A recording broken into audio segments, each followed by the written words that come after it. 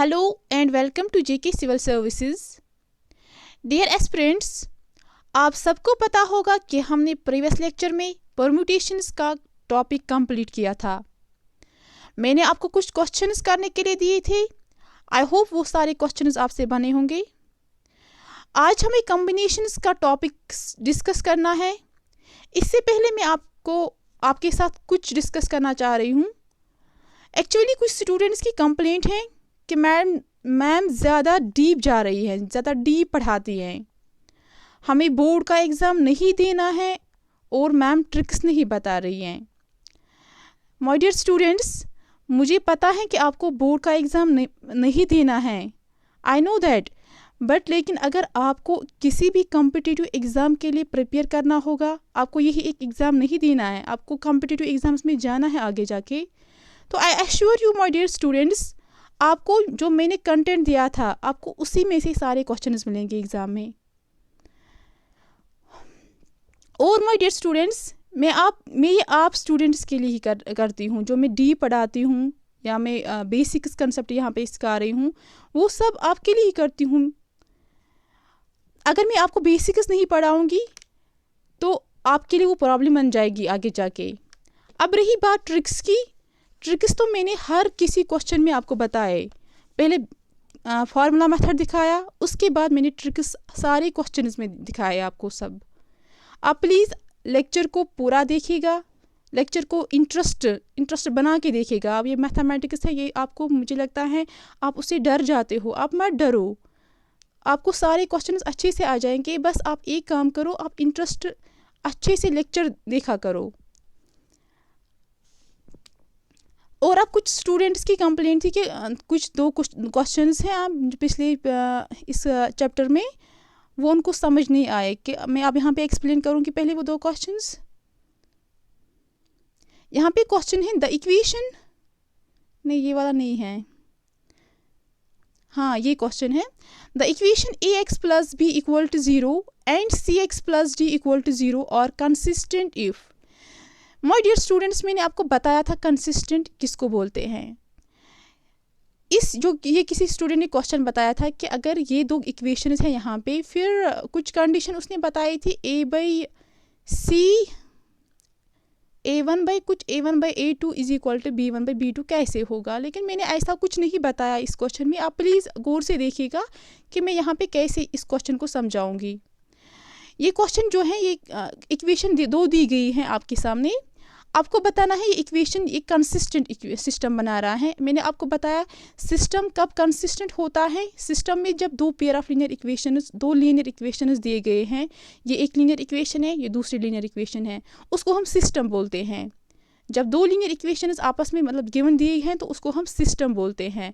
अब ये बताना है कि ये सिस्टम कब कंसिस्टेंट होता है. जब कंसिस्टेंट मैंने बताया था, कंसिस्टेंट सिस्टम तब होता है जब सिस्टम का जो सोल्यूशन है वो एटलीस्ट एक सोल्यूशन होना चाहिए. एटलीस्ट मीन्स चाहे एक सोल्यूशन होगा या एक से ज़्यादा सोल्यूशंस होंगे.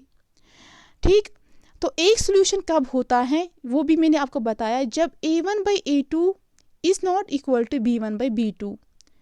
ये उस टाइम एक सोल्यूशन मिलता है किसका सिस्टम ऑफ लीनियर इक्वेशंस का एक सोल्यूशन मिलता है, उसको हम बोलते हैं यूनिक सोल्यूशन. ठीक, अब इस टाइम भी इस सिस्टम को हम कंसिस्टेंट बोलते हैं. अब दूसरी जो कंडीशन है, उस टाइम भी हम सिस्टम को कंसिस्टेंट बोलते हैं. उस टाइम क्या कंडीशन होती है, a1/a2 is equal to b1/b2 is equal to c1/c2. उस टाइम क्या होता है, जो सिस्टम ऑफ लीनियर इक्वेशंस होते हैं उसकी इन्फिनाइटली मनी सॉल्यूशंस होते हैं. मीन्स कि बहुत ज़्यादा सॉल्यूशंस होते हैं जो हम काउंट नहीं कर सकते हैं, इन्फिनाइट होते हैं वो. तो एक से ज़्यादा मैंने बताया कंसिस्टेंट सिस्टम क्या होता है, जब एटलीस्ट एक सोल्यूशन होगा. एटलीस्ट मीन्स एक से ज़्यादा सॉल्यूशंस हैं. तो उस टाइम जब कंसिस्टेंट सिस्टम होगा, आपको क्वेश्चन में दिया गया है कंसिस्टेंट हैं, ये 2 इक्वेशंस हैं, ये कंसिस्टेंट हैं, तो आपको ये कंडीशन भी यहाँ पे अप्लाई करनी है. और a1/a2 is not equal to b1/b2 वो कंडीशन भी यहाँ पे अप्लाई करनी है. फिर देखना है यहाँ पे कौन सी सेटिस्फाई हो जाएंगी. अकॉर्डिंगली आपको ये ऑप्शंस में देखना है कौन सी ऑप्शन सेटिस्फाई होगी. ठीक, तो मैंने यहाँ पे क्या लिया, मैंने यहाँ पे ax प्लस ये जो यहाँ पे इक्वेशन दी है ax plus B equal to 0 and cx plus D equal to 0, मैंने उसको ऐसे लिखा है ax प्लस 0 डॉट वाई। अगर आप 0 को किसी के साथ मल्टीप्लाई करते हैं वो 0 ही आता है, तो ये इसको इसके ऐसा लिखने से कोई फ़र्क नहीं पड़ेगा। तो मैंने इसको क्यों ऐसा लिखा, क्योंकि हमारे पास लीनियर इक्वेशन विद 2 वेरिएबल्स होने चाहिए यहाँ पे। क्यों, हमें कंसिस्टेंट है यहाँ दिया गया है, उसके लिए हमारे जो कंडीशन है उसमें y का जो वेरिएबल है उसका कोफिशिएंट होना ज़रूरी है, इसलिए मैंने ये यहाँ पे लिया है। तो क्या लिया मैंने, ax plus 0y plus B equal to 0, यही इक्वेशन बराबर सेम टू सेम यही ली, लेकिन जो वहाँ पे y वेरिएबल नहीं है उसके बाद मैंने लिखा 0 डॉट वाई। अगर आप उसको सॉल्व करोगे आपको फिर से यही इक्वेशन वापस मिलेंगी, ठीक। और यहाँ पे और एक इक्वेशन दी गई है cx plus D equal to 0, उसको भी मैं 2 टाइप ऑफ वेरिएबल से लिखूंगी यहाँ पे, cx plus 0 dot Y plus D equal to 0। इस 0 डॉट वाई से कोई फ़र्क नहीं पड़ेगी इस इक्वेशन को, बस हमारे पास एक लीनियर इक्वेशन विद 2 वेरिएबल्स आ जाएगा, उससे हमारा जो ये सोल्यूशन है वो आसान यहाँ पे हो जाएगा, क्योंकि हमें क्या निकालना है, हमें यहाँ पे कंडीशन देखनी है, ठीक। तो अब क्वेश्चन में दिया गया है कि कंसिस्टेंट है, ये 2 इक्वेशंस है यहाँ पे ये कंसिस्टेंट हैं। कंसिस्टेंट का मतलब क्या है मैंने समझाया अभी। तब क्या होता है, इधर या वो ये कंडीशन सेटिस्फाई होगी या ये कंडीशन सेटिस्फाई होगी, आप पूरा देखिएगा। या ये कंडीशन सेटिस्फाई होगी a1 by a2 is not equal to b1 b2, उसका मतलब है सिस्टम का यूनिक सोल्यूशन होता है, एक ही सोल्यूशन होता है। और ये कंडीशन सेटिस्फाई होगी a1 by a2 is equal to b1 by b2 is equal to c1 by c2। So my dear students, यहाँ पे क्या है, जो ये फर्स्ट कंडीशन है a1 by a2 is not equal to b1 by b2, अगर हम ये अप्लाई करते हैं इस इक्वेशन पर, ये जो 2 इक्वेशंस दी गई है यहाँ पे, a1 और a2 क्या होता है, ये x के जो x वेरिएबल है उसका कोफिशिएंट होता है। तो यहाँ पे जो इक्वेशन 2 दी गई है, जो फर्स्ट इक्वेशन है x का कोफिशिएंट लेना है वो होता है a1, और जो सेकंड इक्वेशन है उसको भी x का कोफिशिएंट लेना है वो होता है a2 यहाँ पे, ठीक। कोफिशिएंट क्या होता है, जो यहाँ पे वेरिएबल को मल्टीप्लाई होगा, यहाँ पे ये ax है, बीच में जो ऑपरेशन है वो है मल्टीप्लिकेशन, तो इस x यहाँ पे वेरिएबल है उसको क्या है मल्टीप्लाई में a, वो यहाँ पे कोफिशिएंट होता है, ठीक। तो यहाँ हमें ये देखना है कि a1 बाई a2 क्या है और b1 बाई b2 क्या है। आप देखिए गौर से, यहाँ पे a1 यहाँ पे क्या है, वो a है, जो x का कोफिशिएंट है हियर वो है यहाँ पे a, ठीक। डिवाइड बाई क्या लेना है, जो सेकंड इक्वेशन का x का कोफिशिएंट होगा, x वेरिएबल का कोफिशिएंट होगा, यहाँ पे x ये है उसका कोफिशिएंट क्या है, वो है c, तो मैंने a बाई c यहाँ पे लिखा। अब हमें देखना है क्या ये बराबर है b1 बाई b2, जो b1 बाई b2 होता है ये y वेरिएबल का कोफिशिएंट होता है, इसलिए हमने ये y यहाँ पे 0 डॉट वाई लिखा है, क्योंकि हमें y वेरिएबल का कोफिशिएंट चाहिए। तो यहाँ पे y वेरिएबल का कोफिशिएंट अब क्या है, वो 0 है, सेकंड इक्वेशन में भी क्या है, वो भी 0 है, तो b1 भी 0 है, b2 भी 0 है, तो क्या लिखा मैंने 0 बाई 0। क्या यहाँ पे a बाई c है, क्या a बाई c होगा 0 से बराबर, a होगा 0 के बराबर, तो कभी नहीं होगा। क्या c होगा 0 के बराबर, नेवर। तो ये कंडीशन यहाँ पे सेटिस्फाई नहीं होती है, तो इट मीन्स कि हमें जो यहाँ पे सिस्टम कंसिस्टेंट दिया गया है, तो उससे जो एक कंडीशन ये है, ये कंडीशन मिलती है, ये यहाँ पे सेटिस्फाई नहीं होती है। तो जब ये सेटिस्फाई नहीं होती है उसको स्किप कीजिएगा। अब ये कंडीशन देखना है हमें, जो दूसरी कंडीशन है अब वो देखनी है, वो क्या है यहाँ पे, वो है a1 by a2 is equal to b1 by b2 is equal to c1 by c2। तो फिर से आपको a1 बाई a2 का वैल्यू देना है, b1 बाई b2 का वैल्यू देना है और c1 बाई c2 का वैल्यू देना है। तो यहाँ पे देखिएगा आप माय डियर स्टूडेंट्स, यहाँ पे जो a1 है वो आपको ने भी देखा, वो x का कोफिशिएंट होता है, वो यहाँ पे a है, तो वही मैंने यहाँ पे a लिखा। और जो a2 है वो दूसरी इक्वेशन का x का कोफिशिएंट होता है, तो वो यहाँ पे c है, वही मैंने यहाँ पे c लिया है। Is equal to b1 by b2, आप पूरा देखिएगा, तो मैंने यहाँ पे a बाई c लिखा, क्यों, a1 बाई a2 का वैल्यू है a by c, is equal to जो b1 बाई b2 है, यहाँ पे b1 है y का वेरिएबल का कोफिशिएंट फर्स्ट इक्वेशन का, और b2 है y वेरिएबल का कोफिशिएंट सेकंड इक्वेशन का, तो यहाँ पे 0 है, यहाँ पे भी 0 है, तो 0 बाई 0, ठीक। उसके बाद क्या है c1 बाई c2, c1 यहाँ पे b है, जो कांस्टेंट होता है वो लेना होता है। यहाँ पे वो b है और C2 यहाँ पे d है, ठीक। तो लिखा मैंने b/d। यहाँ पे कोई कन्फ्यूजन नहीं होना चाहिए यहाँ तक। तो क्या किया फिर, a/c is equal to 0/0 is equal to b/d। तो ये हमारे पास कंडीशन आई। लेकिन आप पूरा देखिएगा, यहाँ पे फिर से वो कंडीशन यहाँ पे होती है कि यहाँ पे a कभी 0 के बराबर नहीं होगा, होगा भी जब a का वैल्यू 0 होगा। लेकिन यहाँ पे हमें इन जनरल देखना है। तो a 0 के बराबर नहीं होगा, c 0 के बराबर नहीं होगा। तो जो ये बीच वाला है उसको हम, जो रेशियो है यहाँ पे ये बीच मिडल वाला, उसको हम स्किप करेंगे। तो अगर हम उसको स्किप करेंगे तो वहाँ पे क्या रहा, a/c is equal to b/d is equal to, क्यों, क्योंकि यहाँ पे ऑपरेशन इक्वलिटी की है। तो वही मैंने यहाँ पे लिखा a/c is equal to b/d। तो फिर क्या हुआ यहाँ पे, जब a/c is equal to b/d आया, आप सबने बेसिक्स पढ़ा, जब लोअर क्लास में आपने पढ़ा, जब बीच में इक्वलिटी की साइन होती है तो क्रॉस मल्टीप्लिकेशन होती है, ठीक। आपस में क्या होती है टर्म्स को, क्रॉस मल्टीप्लिकेशन। तो ये जो a है उसको d के साथ मल्टीप्लाई होगा और जो b है उसको उसको इससे मल्टीप्लाई होगा। लेकिन जो बीच में कौन सी ऑपरेशन है, वो इक्वलिटी की ऑपरेशन है, वो रखना है बीच में। तो वही मैंने यहाँ पे किया। यहाँ पे क्या था, a/c is equal to b/d, ये हमें कंडीशन मिली इस कंडीशन से।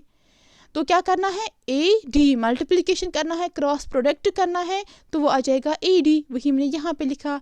बीच में इक्वलिटी की साइन है, वही लिखा बीच में इक्वलिटी की साइन। फिर है bc को प्रोडक्ट करना है, क्रॉस प्रोडक्ट करना है, वो आया bc यहाँ पे। तो हमारे पास कौन सी कंडीशन आई, ad is equal to bc। तो वो कौन सी ऑप्शन है यहाँ पे, फर्स्ट ऑप्शन है। तो ये उसका सोल्यूशन है, बस और कुछ नहीं करना है। अब आपका ये क्वेश्चन होगा कि ये जब सिस्टम कंसिस्टेंट होगा उस टाइम हम ये कंडीशंस क्यों लेते हैं। डियर स्टूडेंट्स, मैंने आपको सेकंड लेक्चर में बताया, linear equation with two variables का जो सेकंड लेक्चर है, मैंने आपको समझाया था कि जब यूनिक सोल्यूशन होता है उस टाइम सिस्टम का एक ही सोल्यूशन होता है। उस टाइम जो एक्स वेरिएबल का कोफिशिएंट्स होता है उनका रेशियो लेना होता है, वो बराबर नहीं होता है वाई वेरिएबल के कोफिशिएंट को। तो ये कंडीशन उस टाइम सेटिस्फाई होती हैं। और जो जब इन्फिनिटली मेनी सोल्यूशन होता है उसका मतलब क्या है, जो सिस्टम ऑफ लीनियर इक्वेशन है उसके जो सोल्यूशंस होते हैं वो कोइंसाइड होते हैं, तो वो बराबर है ना। ये जो बराबर है तो ये उसका क्या मिलेगा, जो x का कोफिशिएंट होगा और जो सेकंड इक्वेशन का x का कोफिशिएंट है for example a1/a2 is equal to b1/b2 is equal to c1/c2, तो वो आपस में बराबर होता है। क्यों, क्योंकि जो ये सोल्यूशन होता है ये कोइंसाइड हो जाता है, ये आपस में क्या होता है, कोइंसाइड। तो ये मतलब यहाँ पे अगर हमें एक इक्वेशन का सोल्यूशन निकालना होता है तो वो ये आ जाएगा, अगर फिर दूसरी इक्वेशन का सोल्यूशन निकाला वो उसी लाइन पे आ जाता है। तो इसमें से कोइंसाइड होता है, इसलिए हमें ये कंडीशन उस टाइम सेटिस्फाई होती हैं। आई होप आपको यहाँ तक समझ आया, आपको कोई कन्फ्यूजन नहीं होगा इस क्वेश्चन में। तो अब दूसरा क्वेश्चन था उस किसी स्टूडेंट का कि हम क्यों जो हाफ ईयर उसके लिए हम टेबल क्यों यूज़ करते हैं 2 ईयर का। फॉर एग्जांपल यहाँ पे अगर हाफ ईयर है तो उसके लिए हम ये टेबल क्यों यूज़ करते हैं। बेटा ये कुछ भी नहीं है, ये यहाँ पे ट्रिक्स हम यूज़ करते हैं। तो जब ट्रिक्स बनाते हैं तो उसमें आपको एक्सप्लेनेशन देने की कोई ज़रूरत नहीं होते हैं। ट्रिक्स तो ट्रिक्स होते हैं कि वो कोई भी क्वेश्चन पे अप्लाई होने चाहिए। तो ये यहाँ पे ट्रिक है, आपको ज़्यादा डीप जाने की ज़रूरत नहीं है। बस अगर आपको इस टेबल से इस ट्रिक से आपको प्रॉब्लम आ जाती है, मैंने आपको दूसरी ट्रिक भी बताई, सक्सेसिव परसेंटेज a+b + ab/100, आप वो यूज़ कीजिएगा क्वेश्चंस में। अगर ये भी नहीं आ जाएगा तो फार्मूला आपके पास है, अगर फार्मूला नहीं है तो आप टेबल याद कीजिएगा। अब बस ये जो टेबल है ये हाफ ईयर के लिए भी होगा, ये पर एनुअल भी होगा, एनुअल ईयर के लिए भी, और ये क्वार्टरली जो होगा, क्वार्टरली 1/4 उसके लिए भी अप्लाई होगा ये टेबल, क्योंकि ट्रिक है ये बस बनाई है। तो अब आज हम करेंगे डिस्कस, अपने टॉपिक पे आ जाएंगे। अब आई होप कि आपको यहाँ तक कोई कन्फ्यूजन नहीं होगा। अब मैं उन स्टूडेंट्स को ये कहना चाहती हूँ कि जिनको कोई भी प्रॉब्लम होगी कि आप बताइए कि मुझे कैसे पढ़ाना है। आप प्लीज़ जो कोऑर्डिनेटर हैं उनको मैसेज कीजिएगा, ये बताएगा कि उनको कि मुझे बेसिक्स पढ़ाना है या मुझे एग्जाम्पल्स कम करने हैं, कम दिखाने हैं, व्हाटएवर जो भी आपका कंसर्न होगा आप प्लीज़ कोऑर्डिनेटर से बात कीजिएगा, कोऑर्डिनेटर को मैसेज कीजिएगा तो मुझे बता दीजिएगा। और जो प्रीवियस टॉपिक्स मैंने आपको जो 2 लेक्चर्स पढ़ाए, 2 टॉपिक्स पढ़ाए, यानी कि 2 चैप्टर्स मैंने आपको जो पढ़ाए, सिंपल इंटरेस्ट और लीनियर इक्वेशन विद 2 वेरिएबल्स, अब हमारा परम्यूटेशन भी कंप्लीट हुआ। तो उनमें से अगर आपको किसी को भी कन्फ्यूजन होगा आप प्लीज़ कोऑर्डिनेटर को बता दीजिएगा, उनको मैसेज करके बता दीजिएगा। कोई भी क्वेश्चन होगा आप उनसे बात कीजिएगा तो मैं आपको वो देखूँगी, ठीक है। तो स्टार्ट करते हैं आज का टॉपिक कम्बिनेशंस, ठीक। हाँ माय डियर स्टूडेंट्स, हमें अब कॉम्बिनेशन का टॉपिक ये स्टार्ट करना है। कॉम्बिनेशंस होता क्या है, मैंने आपको परम्यूटेशंस पढ़ाया है। परम्यूटेशंस में हम अरेंजमेंट देखते हैं, किनका, चीज़ों का, ऑब्जेक्ट्स का, या जो आउटकम होता है हमारे पास उसका हम अरेंजमेंट देखते हैं। लेकिन वहाँ पे एक बात है कि हमें वहाँ पे ऑर्डर मैटर कर रहा था, जो ऑर्डर है वो वहाँ पे बहुत इंपॉर्टेंट रोल अदा कर रहा था। लेकिन अब कॉम्बिनेशन जो है इसमें ऑर्डर का कुछ भी रोल यहाँ पे प्ले आउट नहीं हो रहा है। यहाँ पे क्या होता है कॉम्बिनेशन में, आप देखिएगा, a combination is a grouping of outcomes in which the order does not matter. यहाँ पे हम क्या करते हैं, हम ग्रुपिंग, जो आउटकम होता है उसको हम ग्रुपिंग करते हैं, लेकिन ऑर्डर यहाँ पे मैटर नहीं करता है। फॉर एग्जाम्पल वो क्या होता है, यहाँ पे देखिएगा, अगर आप 3 फ्रेंड्स हैं, ठीक, ए, बी और सी, ये 3 दोस्त हैं, ठीक। तो आपको इन 3 दोस्तों में 2 सिलेक्ट करना है। आपको कहीं जाना है तो आपको 2 फ्रेंड्स को सिलेक्ट करना है, ठीक। तो ये जो सिलेक्ट आया ना, सिलेक्ट वर्ड, जब आपके क्वेश्चन में सिलेक्ट होगा तो आप ये समझना कि कॉम्बिनेशन यहाँ पे है कुछ, ठीक। तो अब 2 को आपने सिलेक्ट किया, अब आप कैसे इनको, कितने वेज में आप इनको अरेंज कर सकते हो। आप ये इस ए को सिलेक्ट करोगे या बी को, ए बी को, या आप ए सी को करोगे सिलेक्ट, तो कितने वेज हैं यहाँ पे, कितने तरीके हैं कि हम उन फ्रेंड्स को सिलेक्ट करेंगे 2-2 करके, ठीक। तो ये कैसे करते हैं, वहाँ पे हम कॉम्बिनेशन का यूज़ करते हैं। फॉर एग्जांपल ये ए बी सी है, हमें 2 को सिलेक्ट करना है, तो क्या करना है, यहाँ पे हम ए बी को सिलेक्ट कर सकते हैं, हम ए सी को सिलेक्ट कर सकते हैं, या हम बी सी को सिलेक्ट कर सकते हैं। क्या हम बी ए को सिलेक्ट कर सकते हैं यहाँ पे, तो वो सेम आया ना ए बी, या क्या हम सी ए को सिलेक्ट कर सकते हैं, वो सेम आया ए सी। तो यहाँ पे क्या है, यहाँ पे स्टूडेंट्स क्या है, यहाँ पे जो ऑर्डर है वो मैटर नहीं करता है। तो यहाँ पे ए बी का मतलब है बी ए ही, या ए सी का मतलब सी ए, ये एक ही है। तो ये 2 नहीं है। परम्यूटेशन में क्या होता था, ये डिफरेंट था, ये डिफरेंट था, तो वहाँ पे ऑर्डर मैटर कर रहा था। लेकिन यहाँ पे जो ऑर्डर है दैट डज नॉट मैटर्स, ठीक। अब जाएंगे, अब यहाँ पे एक फॉर्मूला है, जो ये कॉम्बिनेशन है, सी फॉर कॉम्बिनेशन, याद रखिएगा, पी फॉर परम्यूटेशंस। परम्यूटेशंस हमने पढ़ा, उसकी फार्मूला थी NPR। जो अब यहाँ पे कॉम्बिनेशन है उसको हम डिनोट करते हैं NCR से, क्या, NCR, या ऐसे करते हैं CN, R। तो अगर आप कहीं क्वेश्चन में देखोगे ऐसी डिनोशन या ऐसी नोटेशन, तो आप ये समझना कि ये क्या है, कॉम्बिनेशन की नोटेशन, ठीक। तो होता यहाँ पे क्या है डियर स्टूडेंट्स, हमें अंडर एस्टिमेट नहीं करना, पहले फार्मूलाज को सीखना है, उसके बाद हम ट्रिक्स पे जाएंगे। आप ट्रिक्स पे ज़्यादा मत कीजिएगा, लेकिन हम पहले क्या करेंगे, यहाँ पे अंडर एस्टिमेट नहीं करना है हमें, जो क्या है बेसिक मेथड, जो ट्रिक्स, जो फार्मूलाज हैं पहले वो पढ़ना है। जब वो समझ आ जाएगा तब हमें ट्रिक्स पे जाना पड़ेगा, ठीक। तो यहाँ पे क्या करते हैं, कॉम्बिनेशंस में जो सी होता है, सी यूज़ होता है, आपको उससे हम क्या, कॉम्बिनेशन, सी फॉर कॉम्बिनेशंस, ठीक। आपको ये यहाँ पे क्या करना है, प्रॉपर्टीज़ कुछ समझनी है पहले।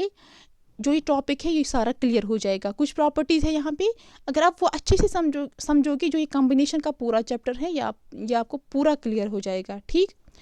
तो यहाँ पे क्या है फार्मूला, अब फार्मूला देखेंगे आप, NCR या CN, R, वो होता है बराबर N factorial divide by N-R whole factorial into R factorial, ठीक। हम ये फार्मूला यूज़ नहीं करेंगे, आई एश्योर यू दैट हम आगे जाके क्या करेंगे, यूज़ ट्रिक्स, ठीक। तो यहाँ पे जो n है, ये जो n है यहाँ पे, ये होता क्या है, number of items in A set, जो ऑब्जेक्ट्स होते हैं किसी सेट में वो होते हैं, ठीक। और r जो है वो है number of items selected from the set, जो हम सिलेक्ट करते हैं कुछ, उसको हम r से डिनोट करते हैं, ठीक। अब यहाँ पे डियर स्टूडेंट्स कुछ प्रॉपर्टीज़ हैं किसकी, कम्बिनेशन की, वो बहुत इंपॉर्टेंट है, आपको वो याद करनी है।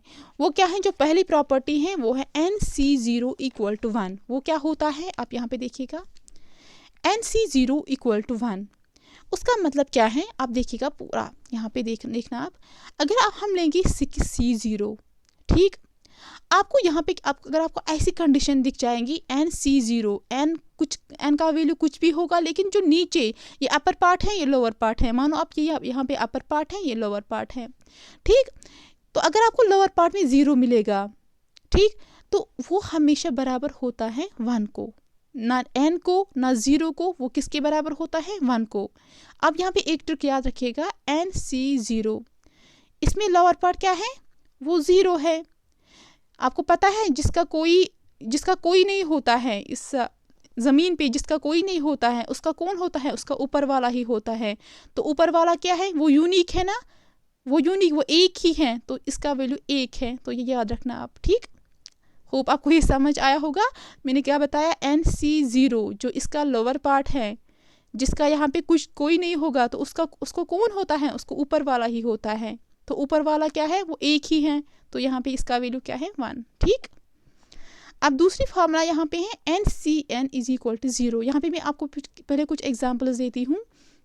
फॉर एग्जांपल, अगर आपके पास 6C0 होगा तो उसका वैल्यू 1 होगा, अगर आपके पास 5C0 होगा उसका वैल्यू 1 होगा, या अगर आपके पास 59C0 होगा उसका वैल्यू 1 होगा।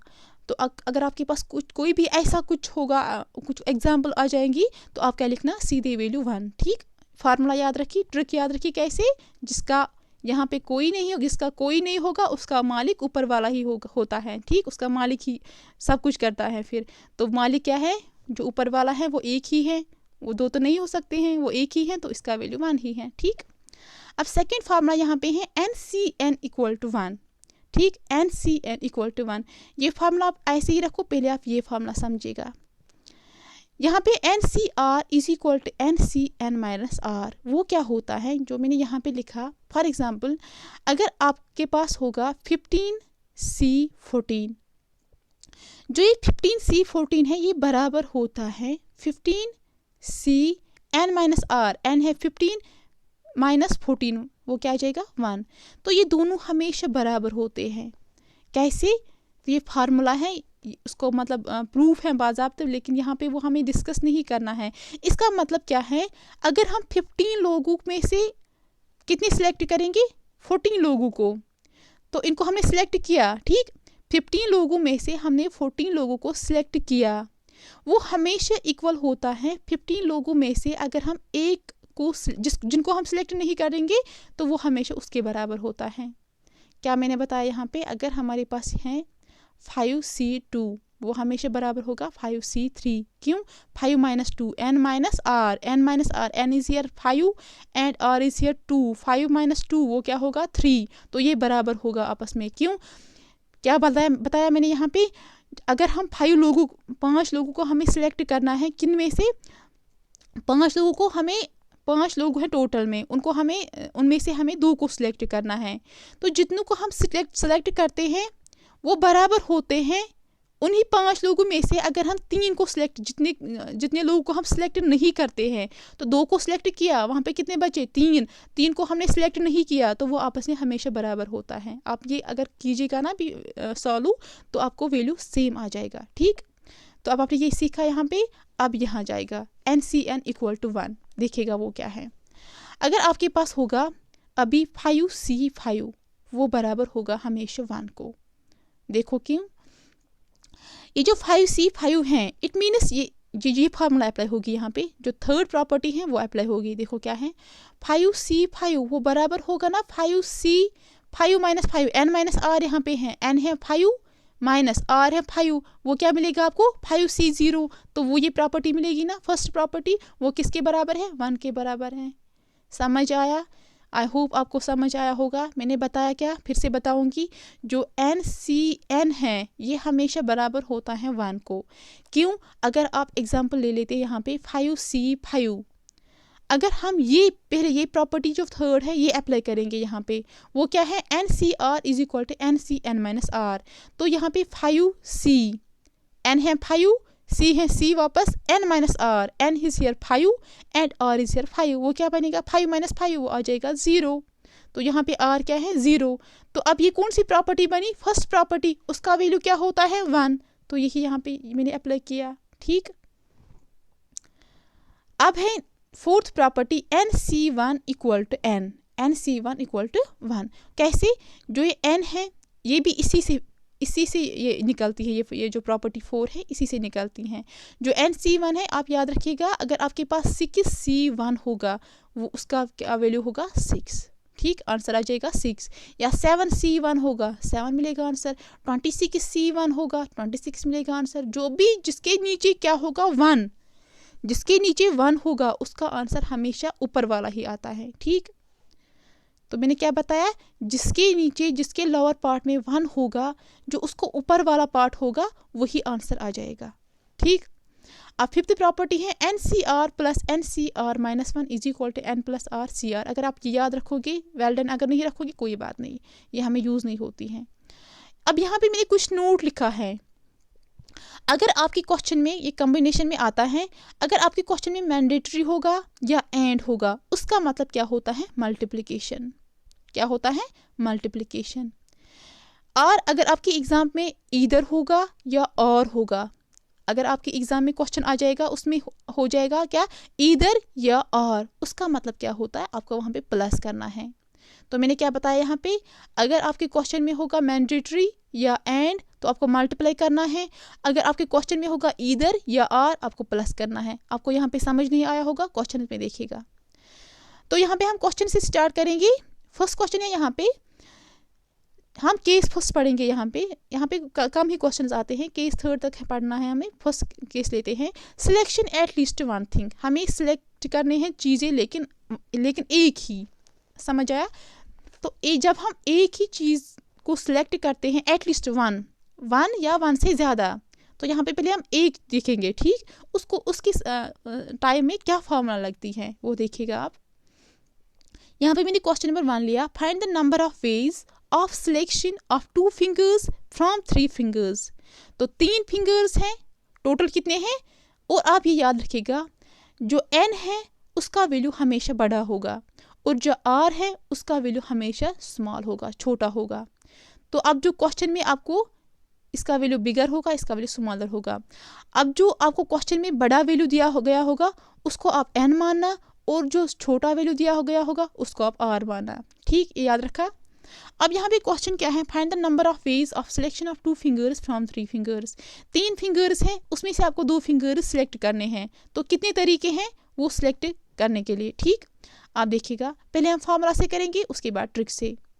Number of ways is equal to, कैसे करना है, तो टोटल क्या है 3 है, तो वो आ जाएगा n के बदले 3 लिखना है। फिर c लिखते हैं, सिलेक्ट कितने करने हैं 2, जितने सिलेक्ट करने हैं उसको आपको r का वैल्यू देना होता है। तो मैंने क्या लिखा 3c2।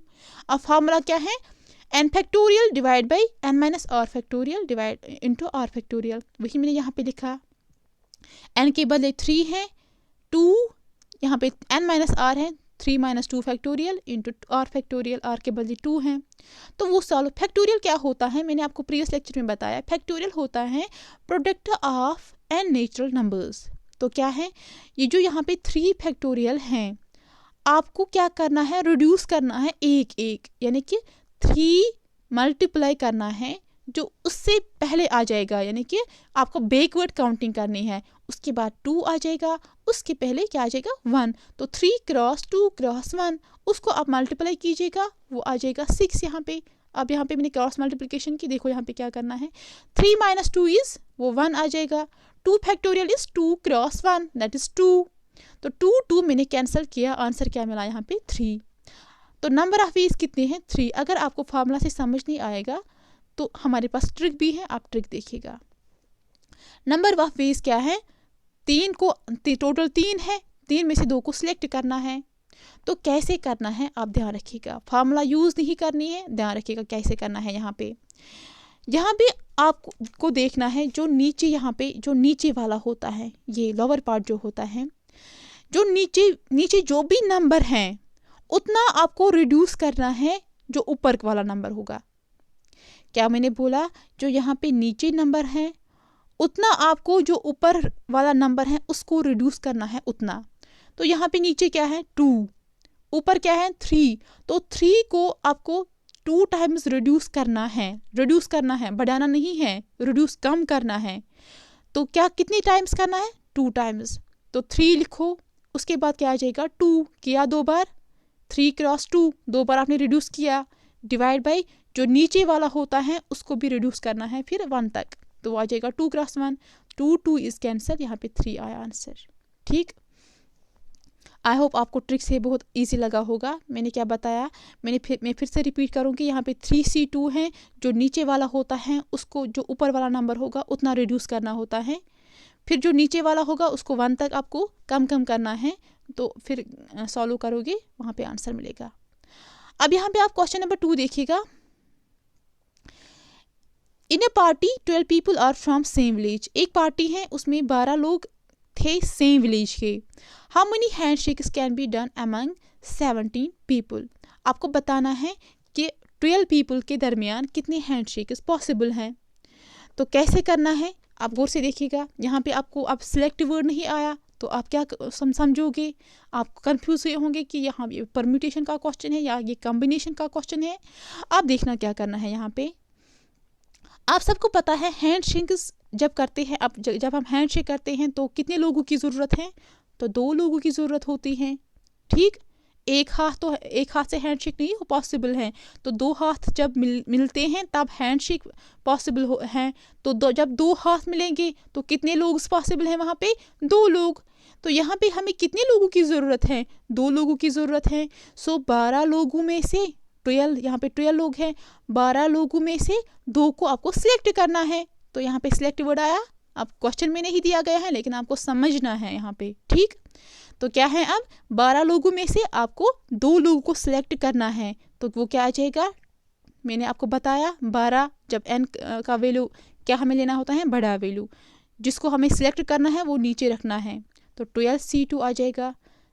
तो ट्रिक से कीजिएगा, नॉट फार्मूला से, यहाँ पे क्या है 12C2।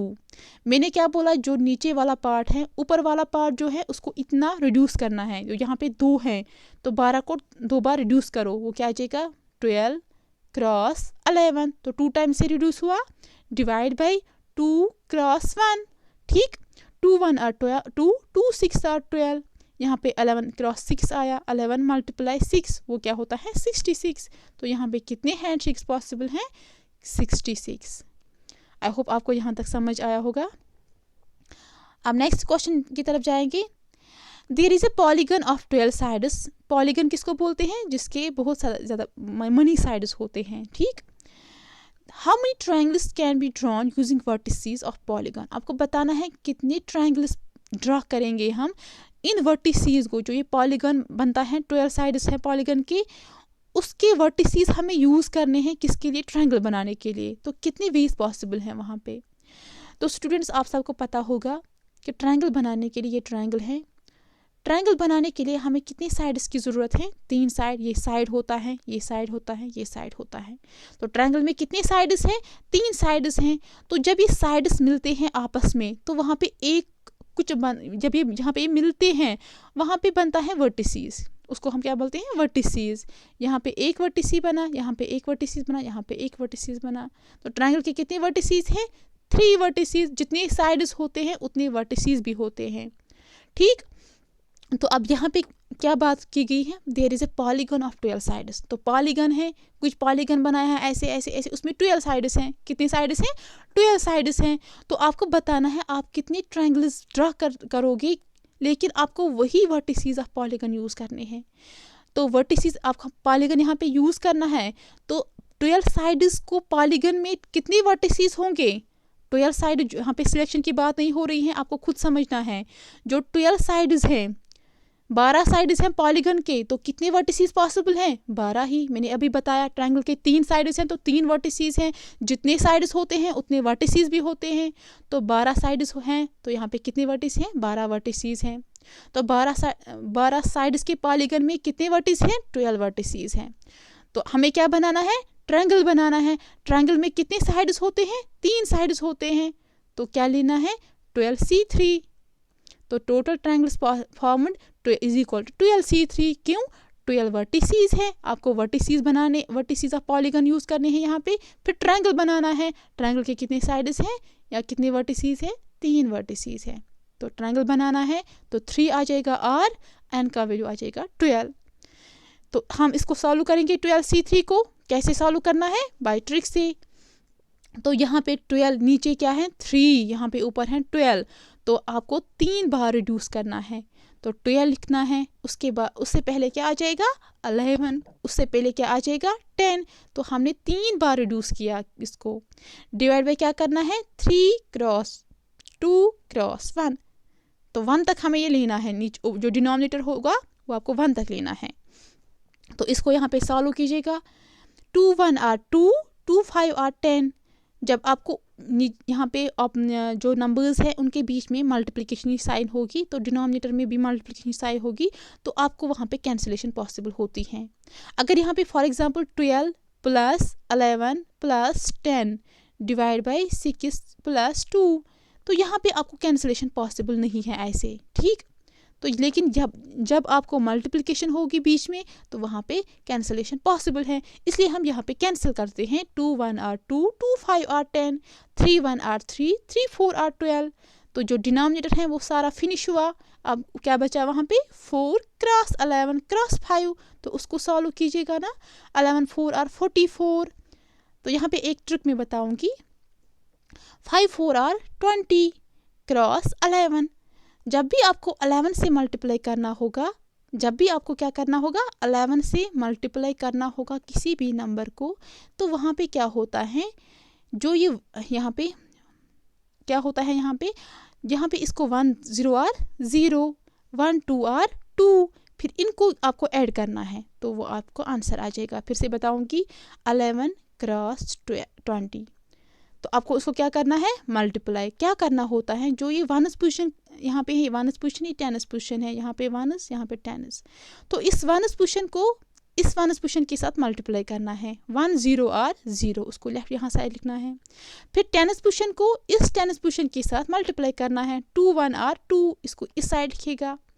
फिर जो ये 11 है उसको आपस में प्लस कीजिएगा। 1 + 1 = 2, तो वो आपका आंसर मिला, ठीक। अब यहाँ पे और एक क्वेश्चन है।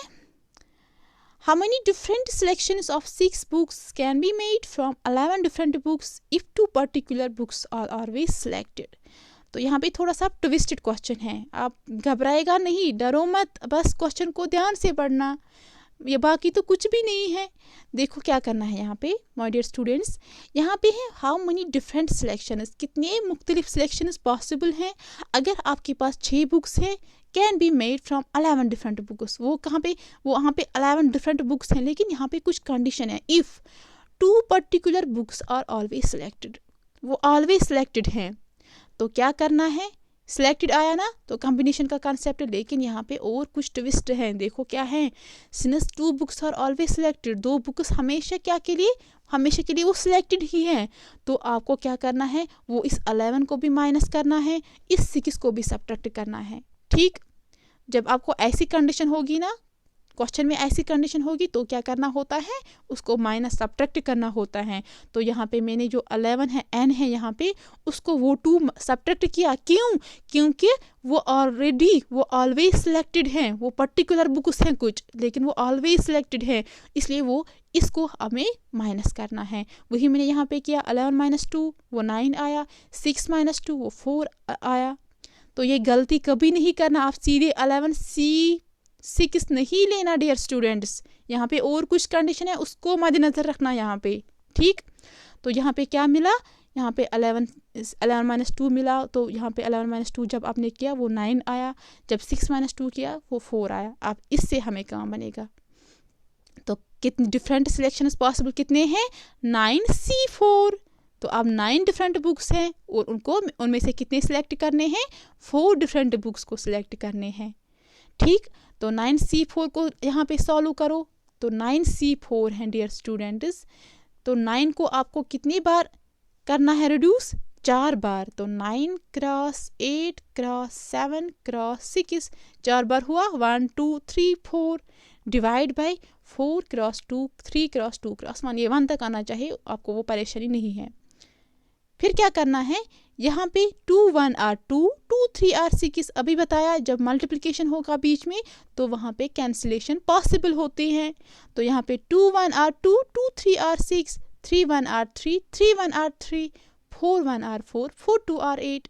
तो डिनोमिनेटर सारा फिनिश। तो अब क्या बचा वहाँ पे 9 क्रॉस 2 क्रॉस 7। तो अब ये रहा यहाँ पे 9 क्रॉस 2 क्रॉस 7, उसको आप मल्टीप्लाई कीजिएगा, 9 2 और 18, 18 क्रॉस 7 इज 126, ये आपका आंसर है। तो I hope my dear students आपको यहाँ तक अच्छे से समझ आया होगा। तो अगर आपको कोई भी कन्फ्यूजन होगा आप प्लीज़ कोऑर्डिनेटर से बात कीजिएगा, आप प्लीज़ वहाँ पर मैसेज कीजिएगा। तो कोई दिक्कत नहीं, मैं आपको फिर से समझाऊंगी अगर आपको कहीं जगह पे कन्फ्यूजन होगा।